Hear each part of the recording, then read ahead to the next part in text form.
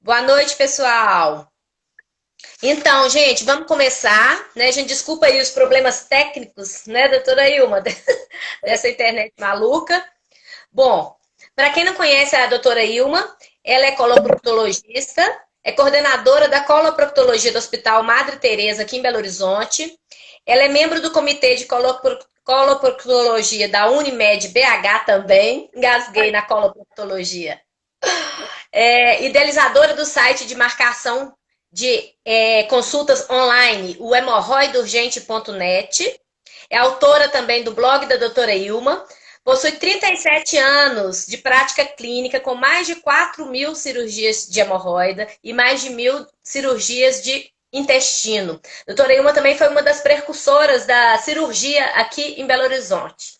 Né, doutora Ilma? Hoje o nosso tema é um tema um pouco mais polêmico, constrangedor, meio tabu, que é a questão da relação anal. Se a relação anal causa hemorroida. Doutora Ilma, desde os tempos bíblicos, né, a gente sabe que a relação anal existe. Conta um pouco dessa história pra gente. É, olha, primeiro eu queria dizer, gente, que as coisas que eu vou falar aqui é tudo do ponto de vista de médico coloproctologista, digamos assim. Eu não estou aqui fazendo nenhum julgamento de valor, nem julgamento moral, nem nada disso, tá? É apenas observações clínicas do meu consultório, respondendo as perguntas, as dúvidas e as dificuldades que eu tenho escutado. As pacientes têm muitas dúvidas e querem saber. Então, é sobre isso que eu vou falar hoje. Bom, Exatamente. Isso a gente não vai entrar no campo da sexologia, né, doutora não, Ilma, da ginecologia, isso é estritamente a coloproctologia. não estou falando de um preconceito, conceito, nada disso. É a visão coloproctológica do ânus perante a relação anal. Basicamente é isso. Né? Então, desde os tempos bíblicos, do tempo de Sodoma e Gomorra, que eram conhecidas como cidades perversas, em que havia muita relação homossexual, anal, criou-se a história de que sodomia é relação anal. Sodoma foi uma cidade destruída por Deus, porque era tão permissivo que Deus mandou queimar com raiva essas coisas de Bíblia, muito assim, né? Uhum. Para ilustrar, queimou a cidade toda, porque as pessoas eram muito permissivas ali. E essa história de sodomia ficou. Então, a relação anal chama-se sodomia. E quem pratica a relação anal, sodomita. É só uma coisa histórica, né? Isso, exatamente. É bacana a gente dar esse introito, né, para quem não sabe a origem dessa palavra. Doutora Ilma, por que a relação anal ela é considerada difícil? Quais que são as características do ânus que fazem complicar, talvez, essa relação? O que faz ela ser difícil? O ânus, a primeira coisa, é um lugar extremamente delicado do nosso corpo. Aquela pelezinha, aquela mucosa, ela é muito fina. Qualquer coisa pode machucar aquela pele. Como, por exemplo, às vezes a pessoa faz uma evacuação mais durinha e já machuca. Causa uma fissurinha, pode causar até um sangramento. Então, a delicadeza do ânus é a primeira e maior complicador da relação anal. Segundo, é a falta da lubrificação. O ânus ele não tem a lubrificação própria como tem a vagina. Então também é difícil essa condição do lugar. E terceiro lugar, que o ânus ele é pequeno, tem uma elasticidade pequena também, né? Você imagina, a vagina, a gente tem um filho pela vagina, não é? E pelo Isso. ânus, você faz umas fezes um pouco mais durinhas, aquilo já machuca. Então, são esses complicadores. E fora que, como o ambiente é um ambiente das fezes e um ambiente contaminado, qualquer ferida, qualquer pequeno machucadinho, quem teve fissura anal, minhas pacientes que tiveram fissura anal sabem, uma vez que machucou o ânus, para cicatrizar aquilo ali é 3 a 4 meses. É muito difícil. Por quê? Porque a regeneração do ânus é diferente dos outros lugares. Ele cicatriza em cima de fezes. Ele não dá casquinha, como a casquinha de machucado. Ele não tem proteção. Então, são processos lentos, vai cicatrizando num lugar com bactéria. Então, qualquer feridinha, qualquer arranhãozinho mínimo no ânus é extremamente sensível e extremamente doloroso. Então, essas são as dificuldades, além da própria presença das fezes também, né? Que Uhum, contamina a relação. uhum. E aqui, então, a pessoa que se interessa por esse tipo de relação, ela deve ter alguns cuidados. Quais seriam esses cuidados, doutora Ilma? Os cuidados, primeiro, é a lubrificação da região, né? A lubrificação com gel. Segundo, é a dilatação do ânus, porque o ânus ele é contraído e fechadinho, ele não se dilata de uma hora para outra. É preciso que se dilate com calma o ânus primeiro, com toque. E uma vez dilatado, então, a pessoa deve fazer o uso antes do procedimento, antes da relação, antes do ato, fazer uma pequena lavagem, umas 2, 3 horas antes, para evitar a contaminação das fezes ali durante o ato. E a gente recomenda também o uso de uma proteção, uma camisinha protegendo a glande e o pênis também. Então, basicamente é isso. Agora, eu observo que muitas pessoas, eu falo assim, que a vida íntima, os gostos e as dificuldades de cada pessoa, né? A gente tem que considerar. Tem gente que considera algumas coisas muito fáceis, muito tranquilas, e para outras pessoas não é, né? Mas eu acho que esses cuidados a gente sempre deve ter, para evitar de traumatizar e de machucar aquela pelezinha do ânus. Uhum. E os lubrificantes pode ser qualquer um, com qualquer composição, ou teria que ser algum específico para evitar qualquer alergia ou algo assim, doutora Ilma? Não, qualquer lubrificante. Deve evitar, são coisas mentoladas à base de hortelã, porque isso geralmente irrita um pouco aquela pele ali. Uhum. E a questão da higienização, né, que a senhora falou, de 2 horas antes e tal, pode ser com a ducha mesmo, jogando água ali? Como é que pode? Pode ser com a ducha, pode ser com fosfenema, que é uma lavagem pequenininha, pode ser com minilax. Uhum, entendi. O sexo anal, ele pode fazer com que a evacuação fique dolorida depois? Olha, eventualmente, se arranhar alguma partezinha ou machucar alguma coisinha, pode acontecer sim, pode acontecer. Mas isso, pô, Uhum. isso aí é uma coisa que passa uma pomada, 2, 3 dias e passa. Nós estamos falando de uma coisa ligeira, né? A gente não está falando de nada que traumatize muito a região, né? Uhum, uhum. Tá. As doenças sexualmente transmissíveis, elas podem ser transmitidas pela relação anal, doutor Ilma? Pode, assim como a relação vaginal também. Então, qualquer relação pode transmitir, né? Uhum. Por isso a importância, então, do preservativo, né? Da camisinha. E a hemorroida, que é é a pergunta que eu mais escuto no consultório.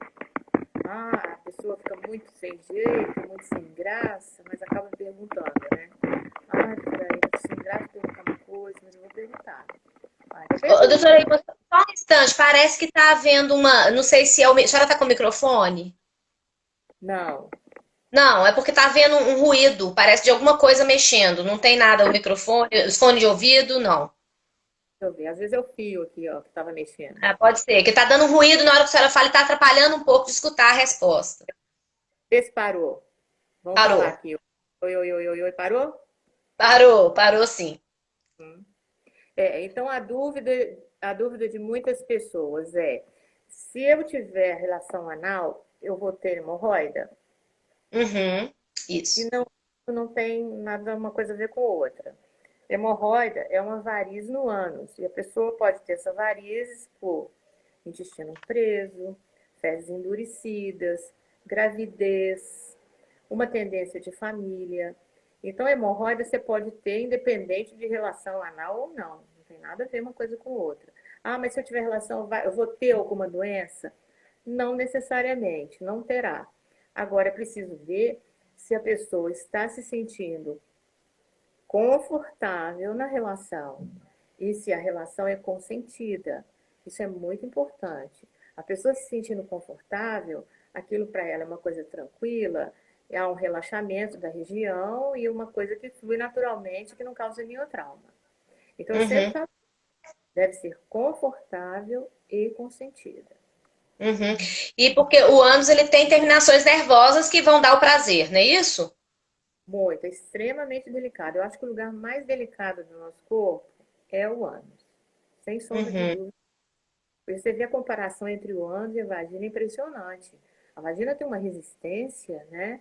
Que o ânus não tem nem longe.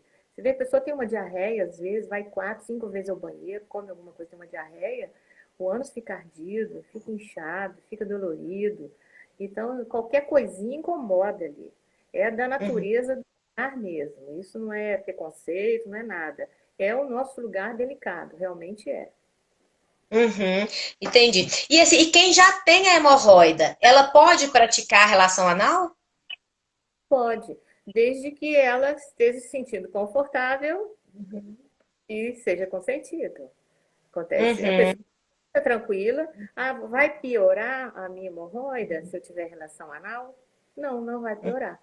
Eu tenho vai paciente que piorar. tem hemorroida grande e ela não reclama de nada. Acha que tá tudo bem, tá tranquilo. Depende muito da pessoa também, né, gente? Tem que ver isso É. também. Essas Uhum. coisas assim, não tem uma regra fixa para todo mundo, porque vai muito da intimidade da pessoa. E a intimidade da pessoa, ela é que sabe, né? Entendeu? Fazer É. mal faz.